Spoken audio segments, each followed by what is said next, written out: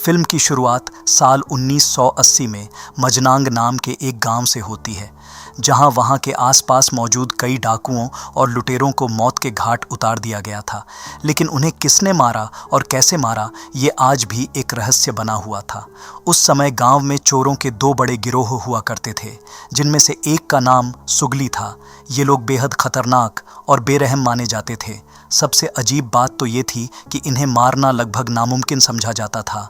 लोगों का मानना था कि इनके पास कोई रहस्यमयी शैतानी शक्ति है या फिर ये काले जादू का इस्तेमाल करते हैं। इसी वजह से बंदूक या आम हथियार भी इन पर ज़्यादा असर नहीं करते थे। फिर कहानी हमें साल 1984 में ले जाती है, जहां हम नांग नाम के एक आदमी को देखते हैं। उस दिन नांग उन मारे गए लुटेरों की लाशों को दफनाने आया था, यानी वो सभी डाकू ख़त्म किए जा चुके थे। लेकिन तभी उन लाशों में से जयराड नाम का बंदा अचानक अपनी आंखें खोल देता है। वो अभी भी जिंदा था। ये देख नांग उसके पास जाता है और कहता है, मैं जानता हूँ तुम क्या हो। तुम इंसान नहीं हो। तुम्हारे अंदर अंधेरी और शैतानी शक्तियाँ मौजूद हैं। नांग को ये सब झारों की किताब से पता चला था, जो अब उसके पास थी।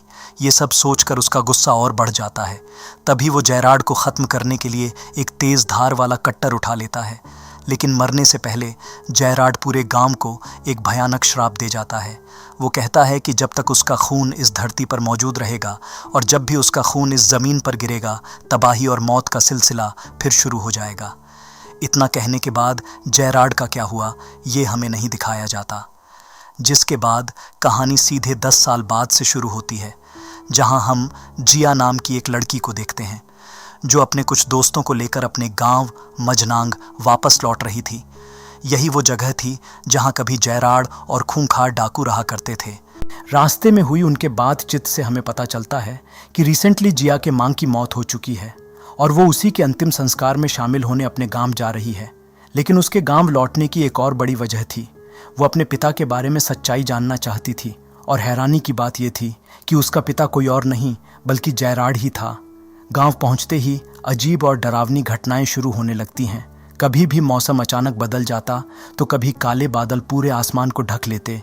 ऐसा लग रहा था मानो कोई पुराना श्राप फिर से जाग उठा हो, क्योंकि जिया, जो जयराड के ही खून से जुड़ी हुई थी, दोबारा मजनांग की धरती पर लौट आई थी। और उसके वापस आते ही मौत और विनाश का वो भयानक चक्र एक बार फिर शुरू हो गया। जैसा जयराड ने श्राप दिया था, अब गांव पर तबाही मंडराने वाली थी और हर तरफ खून खराबे का खतरा बढ़ने लगा था। उधर जैसे ही नांग की नज़र जिया पर पड़ती है, उसका चेहरा गुस्से से लाल हो जाता है।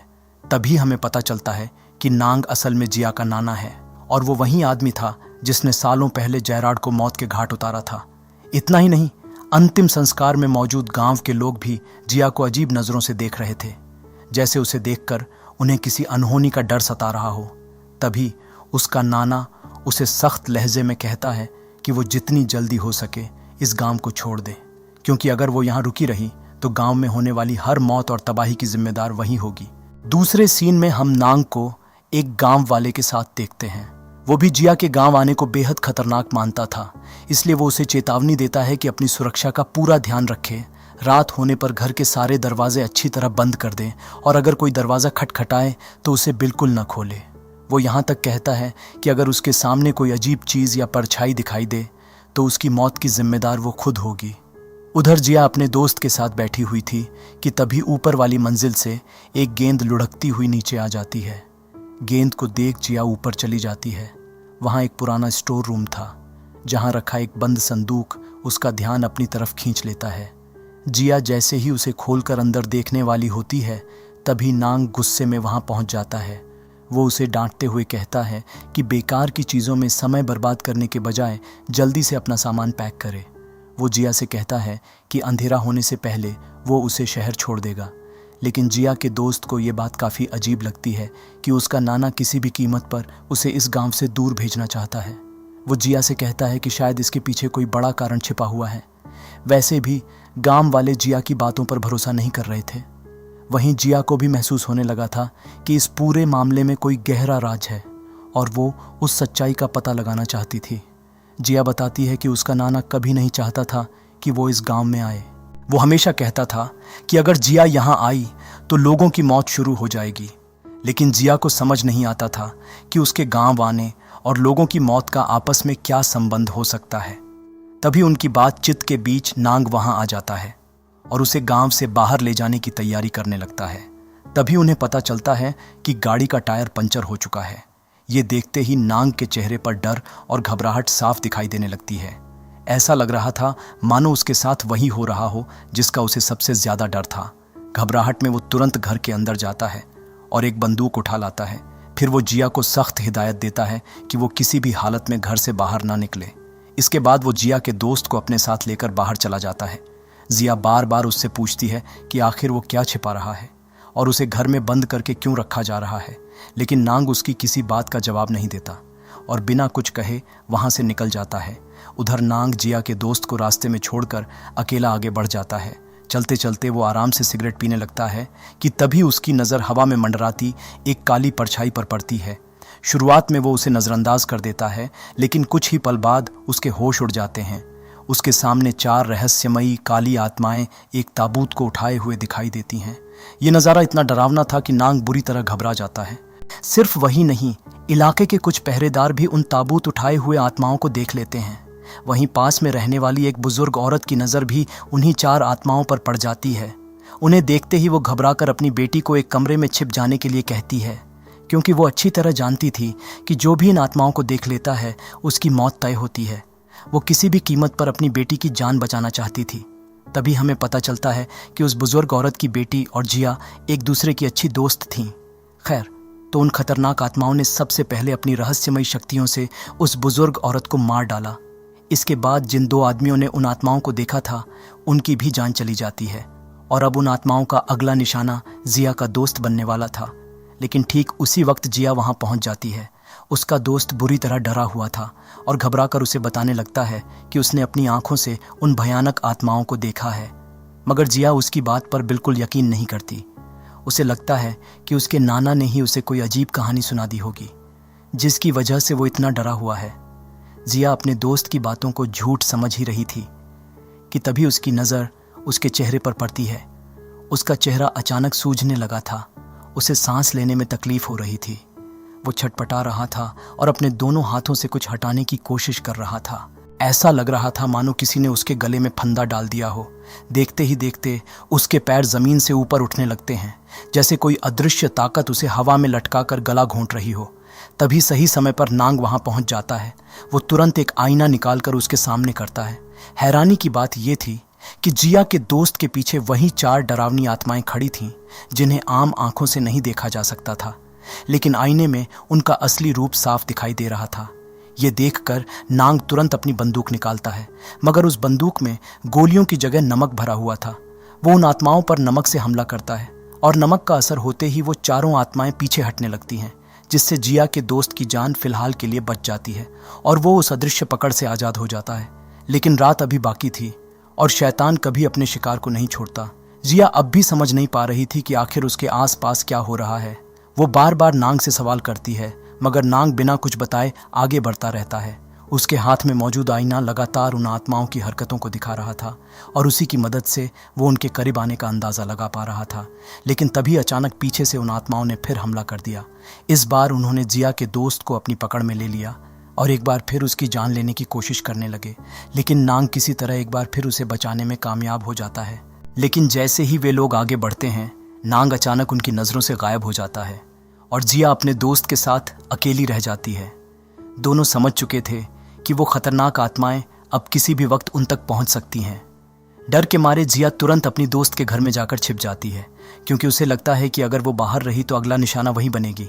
उसकी दोस्त की माँ पहले ही उन आत्माओं को देख चुकी थी और उसी वजह से उसकी जान जा चुकी थी। जब दोनों घर के अंदर पहुंचते हैं तो वहाँ सन्नाटा छाया हुआ था।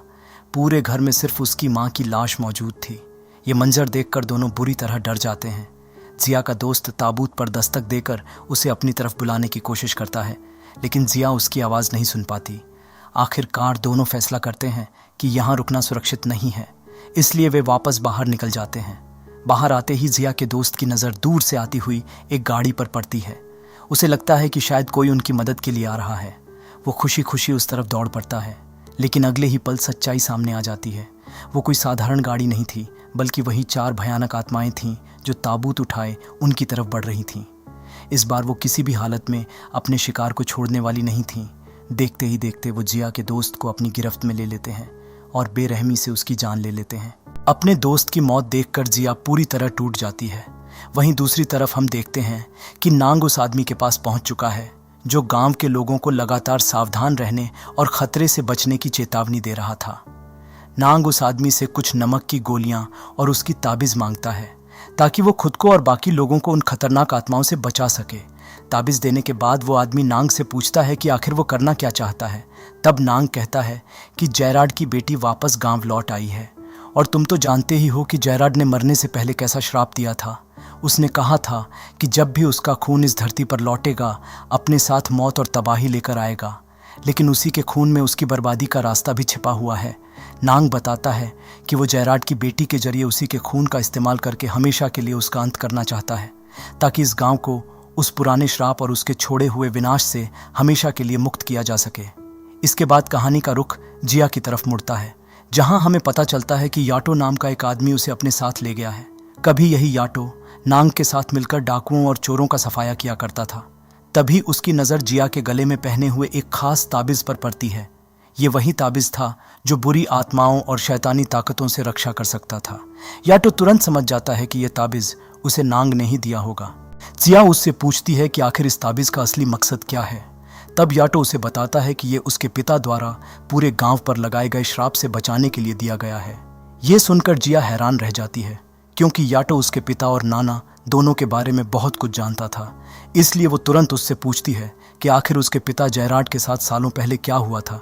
वो जिया को बताता है सच तो ये है कि उसके पिता जयराड को नांग ने ही मारा था, लेकिन हैरानी की बात ये थी कि जयराड के शरीर के टुकड़े टुकड़े हो जाने के बावजूद वो आज भी पूरी तरह मरा नहीं था, क्योंकि उसके अंदर काली और रहस्यमयी शक्तियाँ मौजूद थीं जो उसे मरने नहीं देती थीं। पूरे गांव के लोग जानते थे कि नांग ने ही जयराड को मारा था, लेकिन उससे पहले जयराड पूरे गांव को एक भयानक श्राप दे चुका था।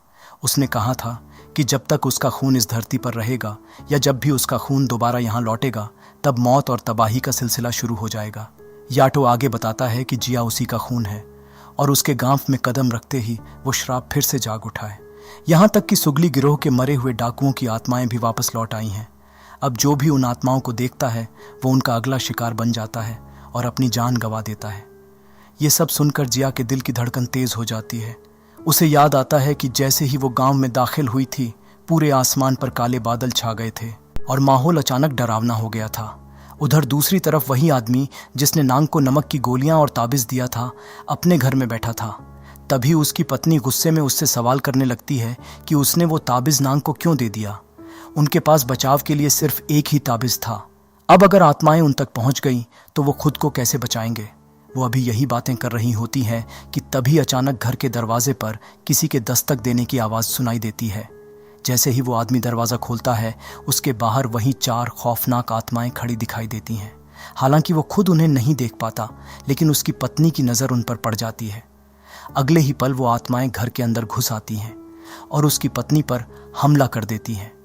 अपनी पत्नी को बचाने के लिए वो आदमी अपनी पूरी ताकत लगा देता है और हर संभव कोशिश करता है, लेकिन उसकी कोई कोशिश काम नहीं आती। आखिरकार वो आत्माएं उसकी पत्नी को मार डालती हैं और फिर उसे भी मौत के घाट उतार देती हैं। दूसरी तरफ कहानी फिर जिया और याटो की तरफ लौटती है। जिया उससे पूछती है कि क्या उसका पिता अब भी जिंदा है। इस पर याटो कहता है कि हाँ, जयराड आज भी जिंदा है। उसे नॉर्मल तरीके से कोई नहीं मार सकता। सालों से कई लोगों ने उसे खत्म करने की कोशिश की थी, यहाँ तक कि नांग ने उसका गला काट दिया था और उसके शरीर के अलग अलग हिस्सों को गांव के कई जगहों पर दफना दिया था। लेकिन इसके बावजूद जयराड किसी न किसी रूप में अब तक इस गांव में मौजूद है और आज वो एक फटेहाल इंसान की शक्ल में यहाँ भटक रहा है। याटो जिया को एक और चौंकाने वाली सच्चाई बताता है। वो कहता है कि इस दुनिया में सिर्फ एक इंसान है जो जयराड को हमेशा के लिए मार सकता है, और वो है उसकी अपनी बेटी जिया, क्योंकि सिर्फ उसी के खून में वो ताकत है जो जयराड का अंत कर सकती है। अगर जिया ऐसा कर पाती है तो वो पूरे गांव को इस श्राप और मौत के चक्र से हमेशा के लिए आज़ाद कर सकती है। ये सब सुनकर जिया हैरान रह जाती है और घबरा कर पूछती है कि आखिर वो इतना बड़ा काम कैसे कर पाएगी। तब याटो पूरी योजना समझाता है। वो कहता है कि सबसे पहले उसे अपने पिता जयराड का सिर और शरीर ढूंढना होगा, क्योंकि सालों पहले उसके शरीर के टुकड़े अलग अलग जगहों पर छिपा दिए गए थे। जब वो उन सभी हिस्सों को दोबारा एक साथ जोड़ देगी तब जेराड की आत्मा फिर से उसके शरीर में लौट आएगी, और जैसे ही उसकी आत्मा वापस आए उसी वक्त जिया को अपने खून का इस्तेमाल करना होगा। याटो बताता है कि उसे अपने खून को किसी हथियार पर लगाना होगा और फिर उसी हथियार से जेराड का अंत करना होगा, क्योंकि सिर्फ उसी के खून में इतनी शक्ति है कि वो जेराड को हमेशा के लिए मार सके। तभी उसका श्राप भी खत्म होगा और गांव को इस विनाश से मुक्ति मिलेगी। याटो उसे बताता है कि वो खुद भी इस पूरी योजना का हिस्सा है। नांग उसे यहाँ यूं ही नहीं लाया था। उसने जिया को सिर्फ इसलिए गांव बुलाया ताकि वो अपने पिता को खत्म कर सके। ये सुनकर जिया हैरान रह जाती है, क्योंकि उसे लगता था कि वो अपनी मर्जी से यहाँ आई है, लेकिन सच तो ये था कि वो शुरू से ही नांग के जाल में फंस चुकी थी। जिया अब भी मानती थी कि उसका नाना गांव वालों की भलाई के लिए लड़ रहा है, मगर याटो उसकी ये गलतफहमी भी दूर कर देता है। वो बताता है कि अतीत में नांग ने कई बार उन लुटेरों को गांव लूटने दिया था, जिसकी कीमत मासूम गांव वालों को चुकानी पड़ी, और जब उसने आखिरकार जेराड को काबू किया तब भी उसने पूरे गांव को नहीं बचाया। उसने जेराड के दांतों से सिर्फ 3 ताबीज बनाए ताकि वो खुद, जिया और उसका एक साथी इस श्राप से सुरक्षित रह सकें, जबकि बाकी गांव वाले उसी श्राप की चपेट में छोड़ दिए गए। अगर नांग चाहता तो पूरे गांव को बचा सकता था। ये सच्चाई सुनकर जिया का नज़रिया पूरी तरह बदल जाता है। फिर वो कहती है कि अब वो यहाँ से जा रही है, क्योंकि अगर इस गांव को कोई बचा सकता है तो वो सिर्फ वही है। लेकिन याटो उसकी बात सुनकर कहता है, नहीं, तुम इन लोगों को नहीं बचाओगी। फिर वो एक ऐसी बात कहता है जो जिया को अंदर तक हिला देती है। वो कहता है कि इस गांव में मौजूद हम सब बुरे लोग हैं और हम सब मौत के हकदार हैं। इतना कहकर वो अपनी बंदूक जिया की तरफ तान देता है। उसका इरादा साफ था, वो चाहता था कि जिया खत्म हो जाए, लेकिन वो श्राप कभी खत्म ना हो। कुछ ही पलों में जिया की जिंदगी खत्म होने वाली थी, लेकिन जैसे ही याटो गोली चलाने की कोशिश करता है, जिया अपनी कुर्सी को जोर से धक्का मार देती है। गोली चलती तो है, मगर अपने निशाने से चूक जाती है। गोली की आवाज़ सुनते ही नांग तुरंत वहां पहुंच जाता है। वो आते ही याटो के आदमियों से भिड़ जाता है और उनसे लड़ते हुए जिया को वहां से बाहर निकाल लेता है। लेकिन अब जिया के मन में अपने नाना के लिए भी गुस्सा भर चुका था। वो उसकी तरफ देखकर कहती है कि अब उसे उसकी किसी बात पर भरोसा नहीं रहा, बल्कि अब वो उससे नफरत करने लगी है, क्योंकि इस पूरी तबाही की जड़ वही है। जिया की ये बात सुनते ही नांग अचानक उसका हाथ पकड़ लेता है और उसमें गहरा कट लगा देता है। उसके हाथ से बहता हुआ खून वो एक खंजर पर लगा देता है। फिर वही खंजर जिया को थमाते हुए कहता है कि अब इस हथियार की मदद से वो अपने पिता जेराड को मार सकती है। लेकिन जिया साफ इनकार कर देती है, क्योंकि अपने पिता के बारे में सच्चाई जानने के बाद उसके दिल में उनके लिए नफरत नहीं, बल्कि प्यार और अपनापन पैदा हो चुका था। 10 साल बाद उसे उम्मीद जगी थी कि वो अपने पिता से मिल पाएगी, इसलिए वो उन्हें नुकसान पहुंचाना नहीं चाहती थी। जिया की बात सुनकर नांग गुस्से में कहता है, ठीक है, अगर तुम ये काम नहीं करोगी तो मैं खुद कर दूंगा। मुझे सिर्फ तुम्हारे खून की ज़रूरत थी और अब वो मुझे मिल चुका है। अब मैं जेराड को हमेशा के लिए ख़त्म कर दूंगा। इसके बाद नांग जिया को अपने घर ले जाता है, क्योंकि उसने जेराड के शरीर का एक हिस्सा अपनी ही ज़मीन में दफना रखा था। वहाँ पहुँचने के बाद भी वो जिया को बार बार यही एहसास दिलाने की कोशिश करता है कि गांव में जो कुछ भी हो रहा है उसकी जिम्मेदार वही है।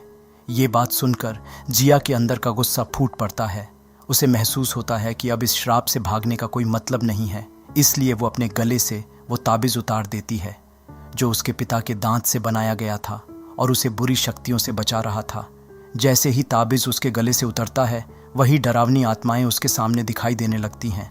अब वो उन्हें अपनी आंखों से देख सकती थी। आत्माएं उसकी तरफ बढ़ने लगती हैं, लेकिन इससे पहले कि वो उस पर हमला करें, उसे किसी तरह बचा लिया जाता है। उधर नांग उसे घर के अंदर जाने के बाद सीधे पीछे वाले आंगन में पहुंचता है, जहां उसने सालों पहले जेराड के शरीर के हिस्से दफनाए थे। वो मिट्टी खोदकर उन हिस्सों को बाहर निकालने लगता है। नांग जैसे ही जेराड के सिर और शरीर को दोबारा जोड़ने की कोशिश करता है, तभी याटो वहां पहुंच जाता है। वो नांग को रोकना चाहता था और देखते ही देखते दोनों के बीच ज़बरदस्त लड़ाई शुरू हो जाती है। वहीं दूसरी तरफ जिया अकेले घर से बाहर निकल जाती है। तभी उसके सामने उसके पिता जेराड की आत्मा प्रकट होती है, जो उससे मिलने आई थी। जिया अपने पिता की आत्मा को पहचान लेती है, लेकिन उसे लगने लगता है कि अब उसके पिता उसे मार डालेंगे। लेकिन तभी जेराड की आत्मा अपने शरीर में वापस लौट जाती है। जैसे ही उसकी आत्मा और शरीर एक हो जाते हैं, जेराड दोबारा इंसानी रूप में जिंदा हो उठता है। जब वो अपनी आंखें खोलता है तो उनमें बिल्ली की तरह चमक दिखाई देती है, जो उसकी काली और रहस्यमयी शक्तियों का साफ संकेत था। जिंदा होते ही उसकी नज़र सबसे पहले याटो पर पड़ती है और वो गुस्से में उस पर हमला कर देता है, लेकिन याटो तुरंत उससे माफ़ी मांगने लगता है।